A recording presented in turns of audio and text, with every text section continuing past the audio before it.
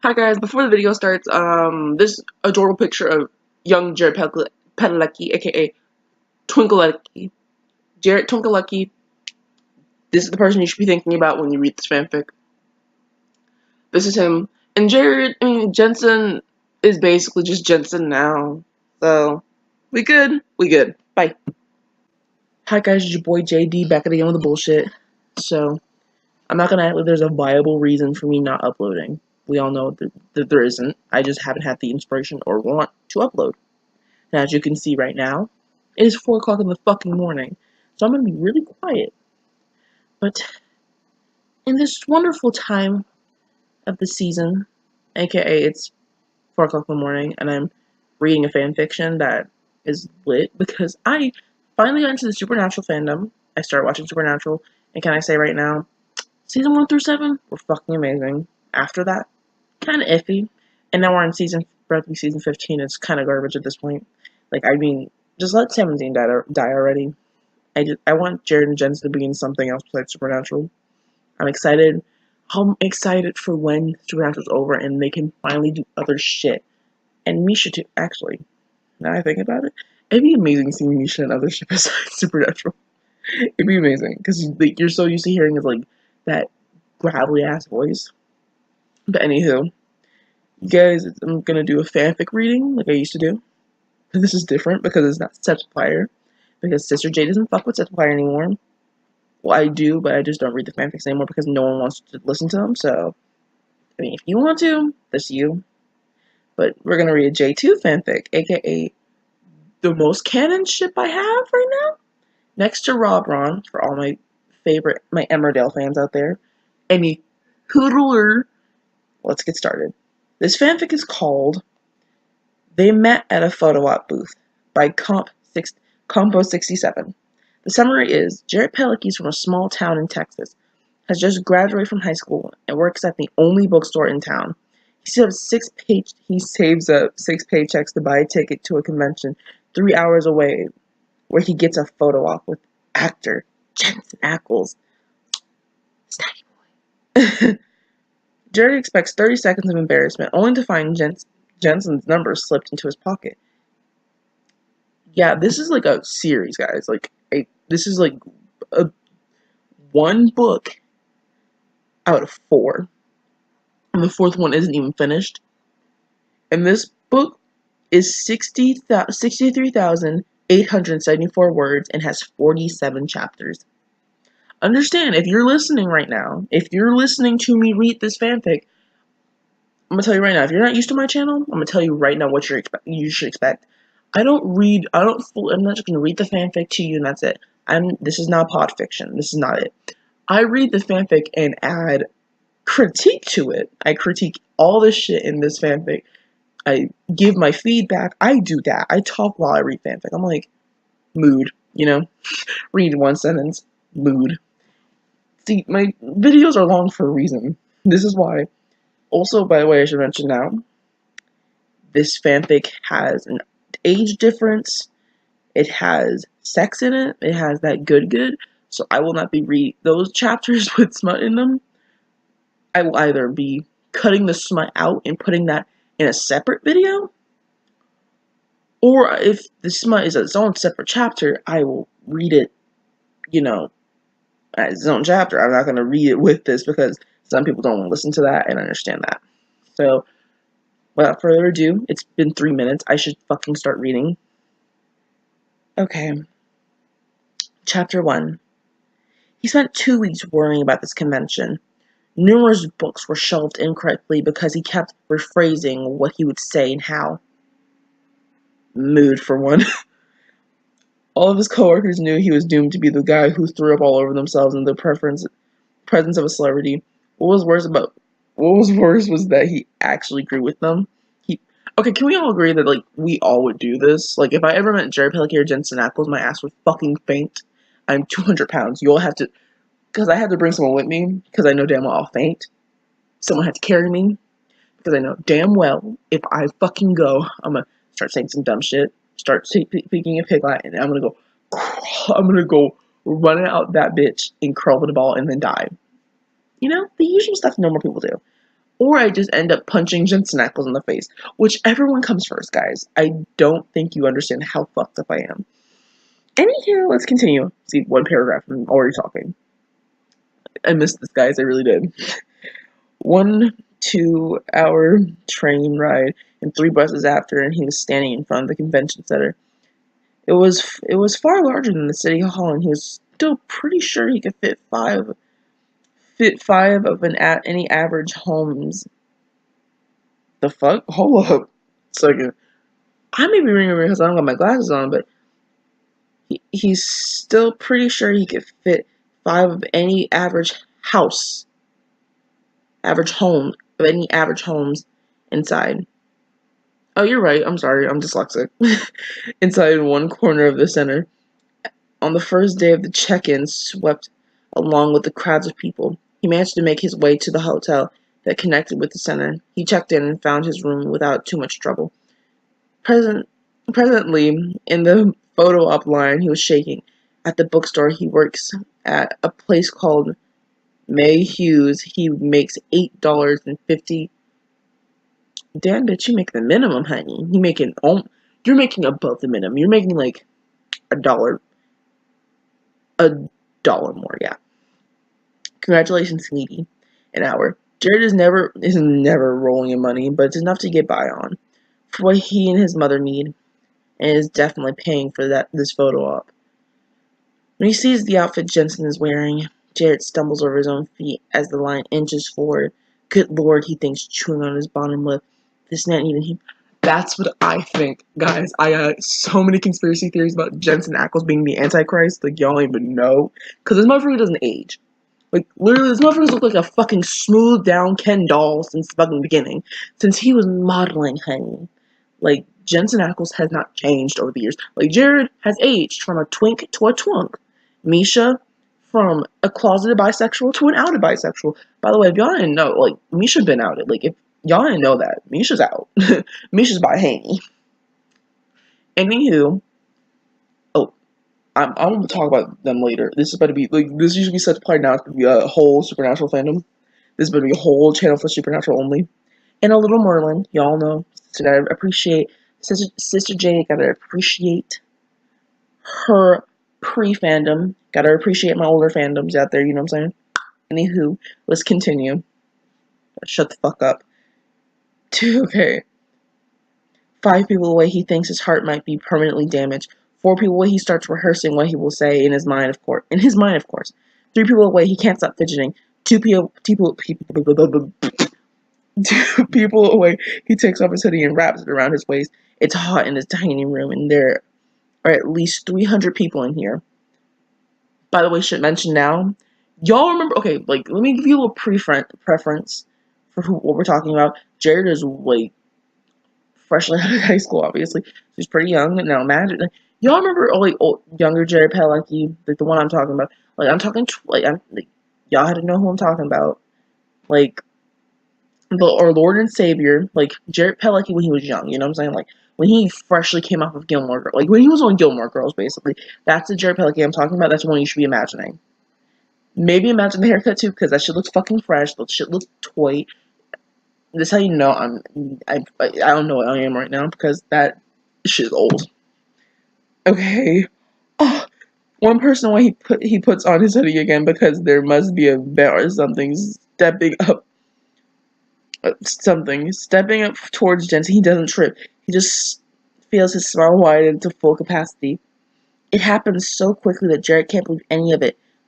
When he's outside, holding the printed out copy of his photo op, tucking the photo away as if it weren't the most sacred item, he double checks to make sure he has everything before taking a taxi to the nearest train. He should make sure he has a tip to give the driver. He can pay the fare of his debit card, sliding his hand in his left pocket. What he finds is definitely not $1. It's a simple business card that says J. Ackles on it, on the front. On the back is a handwritten number. Jared misses his train ride home. Can we talk about something real quick? For one, don't trust that. Like, I don't know what Jared, like, okay, in my mind, if this happened to me, bitch, if someone slipped a fucking number in my fucking pocket and said J. Ackles, I'm like, nigga, I ain't calling your ass. That's creepy. If someone slides their number in your pocket, doesn't even matter if you're a celebrity or not. If you slide your number in someone's pocket without them knowing, that's kind of creepy. Like, I don't know what you expect me to do with this number. Like, because if you slid it in my pocket, assuming I'm gonna fucking call you, which is cute, bitch, because that shit was fucking creepy. Now I think y'all can already tell what kind of fanfic this is gonna be. Now I can't, because this is a 50-50 split of it being a slow burn to them immediately fucking and Jared being like, I can't do this with you. Then Jensen being like, you have to fucking do this with me. And Jared's like, oh well, fine. And then it's like, Jared, what the fuck, man? This is weird. Because someone you wouldn't, okay, for one, if someone slides a number in your pocket saying Jensen Ackles, for one, you can find Jensen Ackles' number online, bitch. Like, it's not that hard. I have that shit screenshot on my phone. I haven't called it because, for one, that shit would fill me with so much anxiety. I like having it on my person, but I have it. It's just like, no, you literally can just look up his number. It's like not even that hard. Like, I'm not gonna give you a tutorial because don't go harassing niggas you don't know. Like, that's fucking creepy. Any hoodly do, chapter 2. Out of 40 fucking 7. I'm scared, guys. Yeah, 47. Summary of chapter 2. Can he work up the courage to call the number? We all know it's fake. Like, it has to be fake. Like, if this happened to you, you would automatically think the number's fake, right? You would have thrown the number away and been like, this some bullshit. Who the hell slid their goddamn number in my fucking pocket? Who the fuck is touching me? Hold up, what kind of hoodie is this? Like, are we talking like those hoodies that has the front pocket? Because then you would have known who slid it in your pocket, because that's kind of weird. And two, what if the fucking number fell out? Like, that would have been weird. That would have been very weird. Okay. First, he has to work up the nerve to call the number. It's got the area code he doesn't recognize, but imagines it's a Los Angeles area code. I'm like, hold up. He's like, Jensen's supernatural, right? Like, hold up, y'all. Side note, because I forgot to say this. How the fuck you know it's a Los Angeles area code? Like, do you just know area codes off the top of your fucking head? That's all. Continue. In this AU, he's in supernatural, right? Because then that makes no sense. And then oh my god, girl, you make no sense. Oh, Mother Teresa. Ugh. To get out of the middle of the sidewalk, okay. To get out the middle of the sidewalk where he's currently fretting, he moves over to the coffee shop a block away so he can worry about over hot chocolate and the biggest chocolate chip cookies ever eaten in one sitting. Are we talking like... No, why am I getting into about a fucking cookie? I shouldn't be... Damn it, now I want a cookie. Now I'm craving chocolate, and now I'm pissed. Fuck. Okay. The sugar gives him a confidence boost, but it's temporary. The number keeps overwhelming him. It looks so innocuous, so harmless. What if this was a prank? Did he read something that didn't he read somewhere that Jensen loves pulling pranks on the set of his movies and television appearances? Oh, time to read. Okay. What if this is an opportunity to take advantage of a naive, gullible fan? He can't stand for his heart to be stomped on like that. There is always the option of not calling, which makes the most sense. Because what if it's a creep that slid their number in your pocket and now it's like, oh shit, motherfucker knows where I live. He's going to come kidnap me and do whatever the fuck he wants with me. He may gut me and turn me into a living doll. For all my Mad Father fans out there. Okay. He can pretend like this means nothing to him, or he's too busy, or he simply doesn't call strangers back no matter how attractive and famous and seemingly endearing they are, which is also big fact. Like, dude, don't fucking do creepy ass shit like this. And in fact, it's gonna be fine because you're a celebrity. Like, I don't care how cute your ass is, you don't do this. Okay. Wait, is today Sunday or Monday? Is it Sunday? I love how I'm having the question, is it Sunday or Monday? Oh, it's just Sunday. Okay, we're good, guys. I thought it was Monday. Hold on, does daylight savings tonight? Yes! Daylight savings is over, guys. I get to finally go to school. I get to finally go back to school when it's dark out. Wait. But there's a catch, right?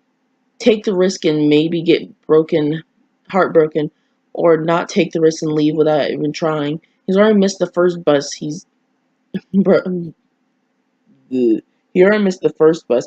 He'd have to take to get back to the right train station. His mother is expecting him to come home by dusk. It's already 3 in the afternoon. An urge to be at work, crying to his co-workers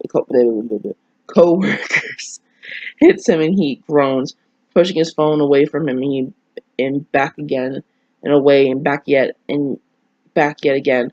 And when he finally dials the number completely all the way through, those 3 first times doesn't count. And all the line begins to ring. He questions his sanity. Who does this? Who calls back? But also, who the fuck just slides a business card to some bitch? Y'all, what are y'all doing reading my fucking mind? I don't care who the fuck you are, but if you do creepy shit like this, you need to go away. I need you to find the closest door and slam your fucking head into it, because I'm gonna need you to sashay away, bitch. When he finally dials the number completely all the way through, about to give up by the 6th, he nearly falls out of his seat when someone answers. Hello? Hold up, I can't do a Jensen Ackles voice, bruh. Like, y'all already know I have a man voice. I have a dude's voice. Like, I sound like a dude. I can do it. Oh, hello. The voice answers. The voice that answers speaks. Tone hushed. Jared can't think of anything to say. He should have written something down. Had to be prepared. Anything. Hi, you gave me your number? Was I managed to blurt out, blushing an extreme shade of red, trying to curl it in on himself as much as possible. Mood. Doesn't matter. Doesn't even matter. This would be me if I met Misha Collins or Jensen, just any celebrity that I watch. AKA me when I meet Benedict Cumberbatch, that lizard-looking bitch. Can we all agree that Benedict Cumberbatch is a little lizard? He looks like a lizard. He's a handsome lizard, but he's a lizard. Okay. The loud buzz of a crowd echoes through the phone. Jared hears the phone. Oh my god, my baby's just been heartbroken.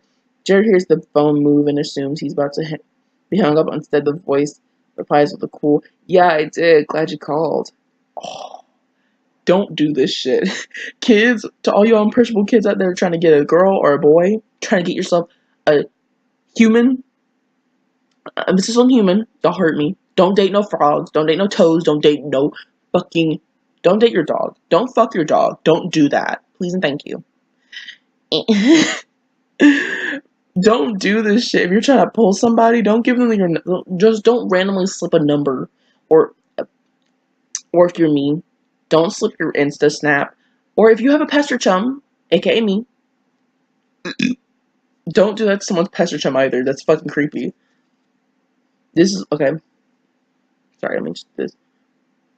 This is what Jensen's voice sounds like off camera. This is what Jensen's voice sounds like when he's not talking to fans or meeting with the press or running lines. Unlike any blooper reel or interview or video Jared has ever seen or heard, it occurs to him that this is the voice of some of Jensen's friends and families are privileged to hear on a daily.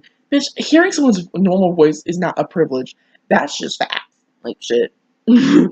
It's like hearing Jared Pelican say awesome. It's not privilege, really. It's just shit that happens. Like, that man loves that word, awesome. Like, fucking Christ on a cracker. Okay. But it's not a privilege, baby. It's not a privilege to hear someone's voice. It's not. Okay. Damn, these chapters are really short. I think that I overcompensate for 63,000 words, because the chapters are, like, really short. Surprisingly enough. He managed to squeak out an unoriginal, "Yeah, me too." There's a little snort sound from the other line, like Jensen thought he was amusing. "Well, you free for dinner tonight? Nothing too fancy, but I got some time before I fly back to LA tomorrow." For one, he would not live in LA. Well, can we, like, all be honest? Jensen would not live in LA. He'd be living in straight Texas, bro. He'd be living in Texas. He straight live in Texas like he always, because he was born and raised in Texas. Nothing changed. Like, except, this is like, then again, this is alternate universe, so I'm gonna shut my fucking mouth. Because shit happened. That Oof. Where is he calling from? The convention is still going. In fact, it's almost time for the autographs, which Jared couldn't afford. That, yes, I can grab dinner tonight. Jared replies with confidence in his tone that he feels. Please pick me up at the Starbucks on the Saturday. I'm not gonna act like I know French. Ball Salé! I'm sorry for all my French folks out there. There are none of you. I know there's none of you. It's mostly Canadians and Americans. I know all of y'all are fucking. I know all you can understand my American accent. Actually, for most of my Canadians that do know French, I'm sorry I butchered it. Y'all should have known. Oh my god. When you're done, he isn't sure where his directness comes from, but he's not going to question it. He's setting up a date with Jensen Ackles. Who the hell cares what he says as long as it's good? Why, why is that mood, man? The phone is shifted around again. Got it. Be out by 7. Oh, you vegetarian? No. Good. It particularly purred through the line. See you then. Getting up from his table, Jarrett walks around the coffee shop dazed and blears. He enjoys those few moments of awe before he launches into a state of anxiety. He has a date with Jensen Ackles. Fuck. I was like, well, it didn't say that, but oh no didn't sound as great as fuck. Because that's some shit you would say to yourself, like, fuck, I'm going to get dicked by this dude. This dude's dick is going to be up my ass in a couple seconds. Roast SpaghettiOs. Yeah, know what? I'm 5 years old because I say that. Fuck. Chapter 3. Time draws near and Jared. Okay, the summary for chapter 3. Time draws near and Jared anxiously prepares. Mood. He has to move even though he's got his rolling suitcase and duffel bag with him. It's just impossible for him to stay seated and motionless in Starbucks, balancing his things in an extra cookie he takes to the city, walking around and enjoying the exercise. At 5, his anxiety sets back in. What is he doing? He isn't a worldly person. Only even been across the state lines a couple of times, and he likes his job at the bookstore. It doesn't pay much. Okay, I'm sorry. I'm returning.